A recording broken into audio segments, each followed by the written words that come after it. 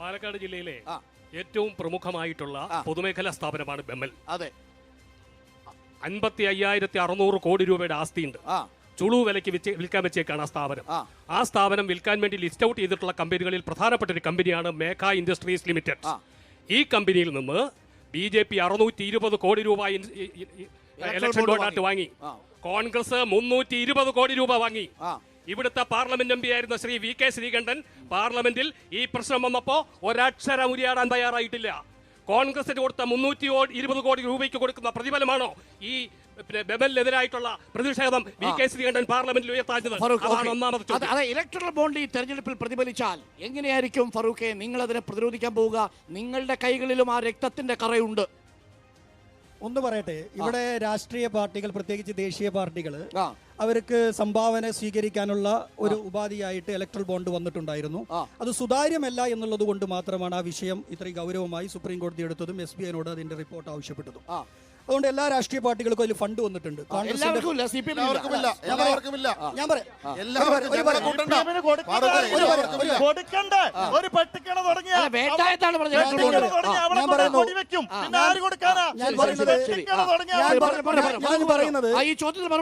കോൺഗ്രസിന്റെയും DMKയുടെ ഒക്കെ സഹകരണത്തോടും സഹായത്തോടും കൂടി 2 MPമാരുള്ള ഈ ചെറിയ പാർട്ടിക്കും സ്വാഭാവികമായും ഇത്ര വലിയ ഫണ്ടിന്റെ ആവശ്യം വരില്ല. ഇനി രണ്ടാമതൊരു കാര്യം, ഇതിനകത്ത് ഏറ്റവും വലിയ അത് ചോദിക്കേണ്ടത് ഇവിടെയായിരുന്നു. VK ശ്രീകണ്ഠൻ അല്ലല്ലോ, അത് വിൽക്കാൻ പോകുന്നത് VK ശ്രീകണ്ഠനാണോ? അത് ഇന്ത്യൻ പാർലമെന്റിനകത്ത് ചോദിച്ചിട്ടുണ്ട്. അദ്ദേഹം കുറച്ച് ദിവസം മുന്നേ അദ്ദേഹത്തിന്റെ വാർത്താ സമ്മേളനം ഉണ്ടായിരുന്നു. കൈരളിക്ക് തന്നെ മറുപടി കൊടുത്തിട്ടുണ്ട്. അപ്പൊ അതുമായി ബന്ധപ്പെട്ട് ഞാൻ പറയാം. ഇപ്പൊ ഈ മറുപടി കൊടുത്തിട്ടുണ്ട്.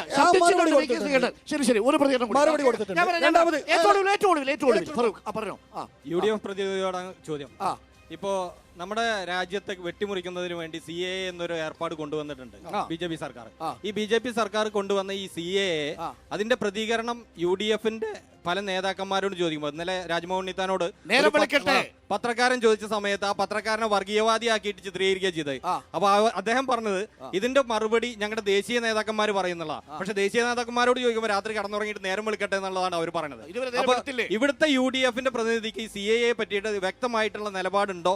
അതിലെന്താണ് അഭിപ്രായം? പിന്നെ ഒരു ചോദ്യം, ഈ VK ശ്രീകണ്ഠൻ എന്ന് പറയുന്ന MP ഈ 5 വർഷം കൊണ്ട് ഈ നാട്ടിൽ എന്ത് പുരോഗമന പ്രവർത്തനം? ആദ്യത്തെ ദേശീയ വിഷയങ്ങളിലേക്ക്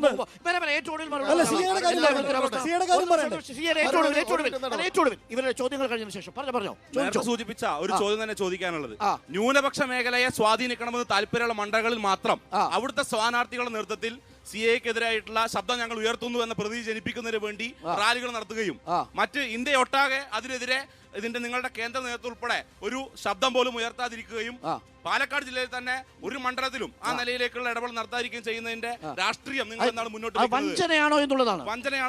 ആ ചോദ്യം ഇനി എന്താ ഇവിടെ UDF ആണോ? NDAയോടും UDFനോടുമാണ് ചോദ്യം. സമയം അനുവദിക്കണം. ഇവരിവിടെ ഞാൻ വരുമ്പോ പറഞ്ഞ കാര്യം എന്ന് വെച്ചാൽ 2 കാര്യങ്ങളാണ് പ്രധാനപ്പെട്ട്. CPM-ന്റെ ചിഹ്നത്തെ കുറിച്ചാണ് ഇവിടെ പറഞ്ഞുകൊണ്ടിരുന്നത്.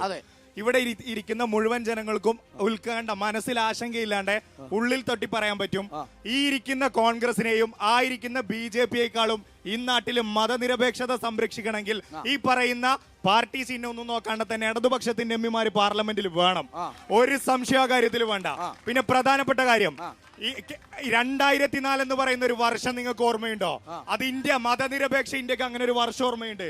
2004. ഈ 2004 ഇന്ത്യൻ ജനാധിപത്യത്തിന് മുറിവേറ്റപ്പോ 1998 നിങ്ങൾ അധികാരത്തിൽ വരുമ്പോ 2004 അധികാരത്തിൽ നിന്ന് പുറത്തിറക്കാൻ CPM-ന്റെയും ഇടതുപക്ഷത്തിന്റെയും 62 MPമാരെ സംഭാവന ചെയ്ത ഇന്ത്യയുടെ മതനിരപേക്ഷത സംരക്ഷിച്ച പാർട്ടിയാണ് CPM.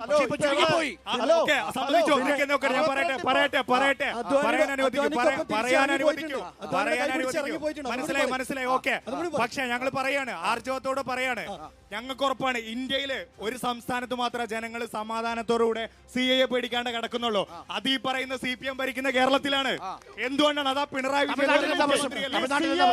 സമ്മതിച്ചു, ഞങ്ങളുടെ പിന്തുണ അവിടെ വരുന്നുണ്ട്. ഈ രാജ്യത്തിന്റെ മതനിരപേക്ഷത സംരക്ഷിക്കാൻ CPM